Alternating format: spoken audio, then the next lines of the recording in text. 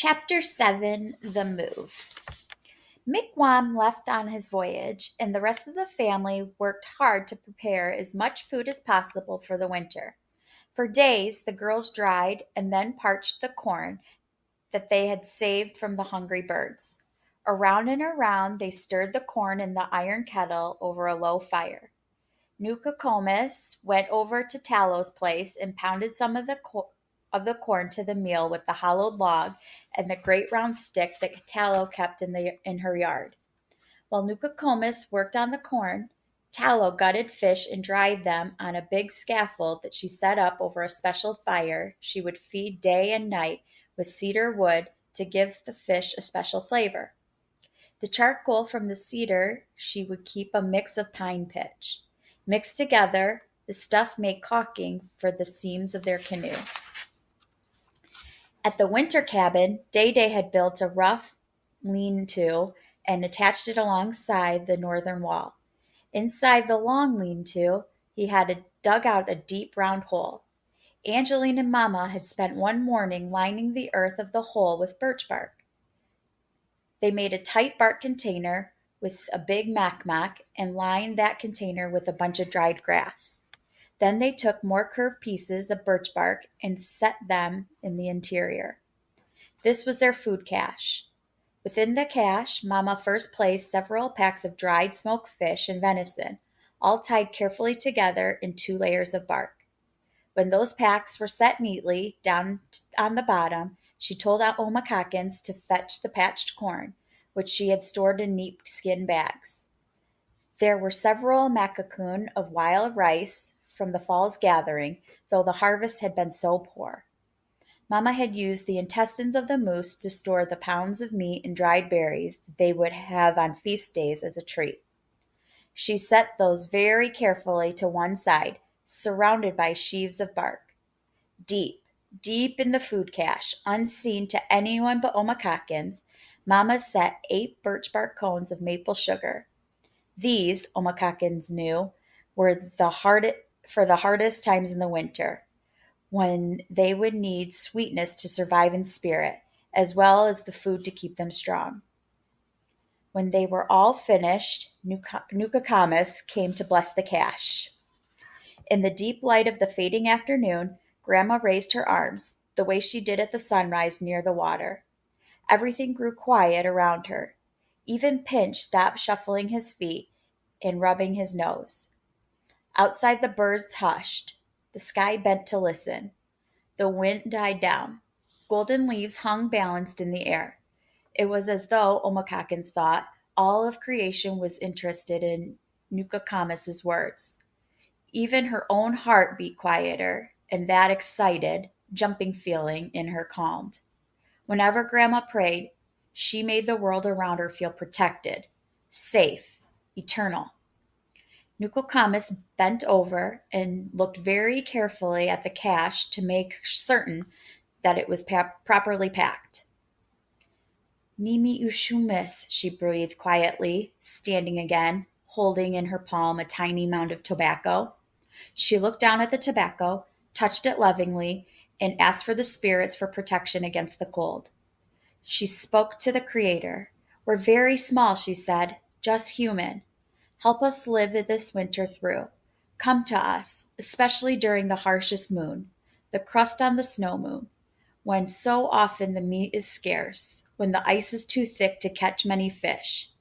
Miigwech, for all that you give us, for how you love us, for how you take care of us," she said. Her voice was soft, but deep and troubled. Stillness swirled about the little cabin when she finished.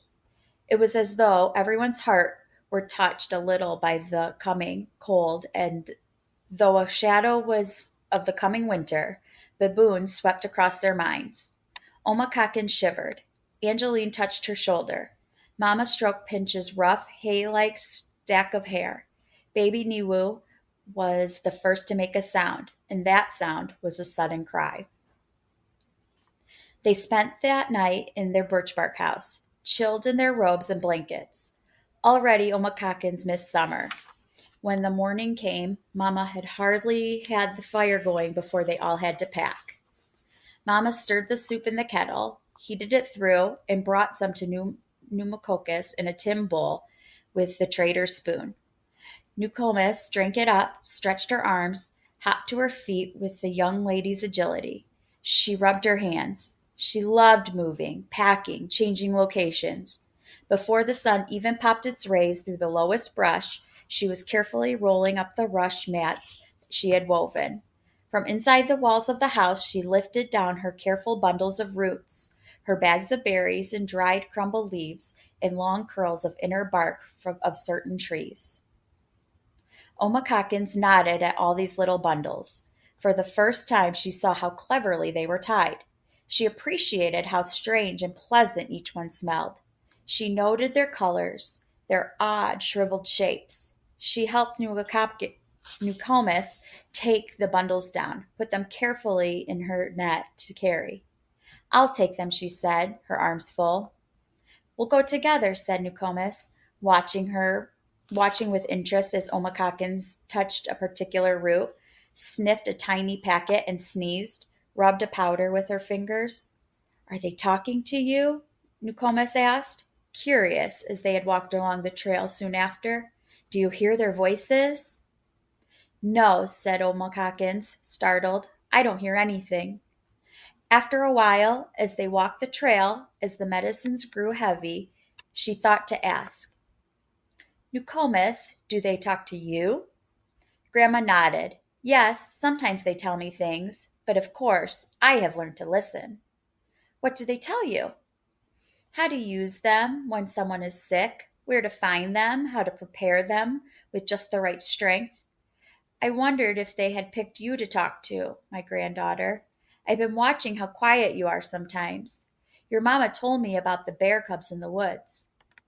"Oh, well, they talk to me," Omahcockins said, laughing at a little memory of the peculiar sleeping stubborn looks at their mother, so like Pinch when he didn't go to bed. "Listen to the plants," Nukoma said, stopped in the path, holding her bundles in her arms. She gazed at Omahcockins until, under the gravity of Nukomis's nature, Omahcockins stood still. Holding the medicines and looking curiously at her grandmother, she waited. "Listen to them," was all Nukoma said, touching Omahcockin's face.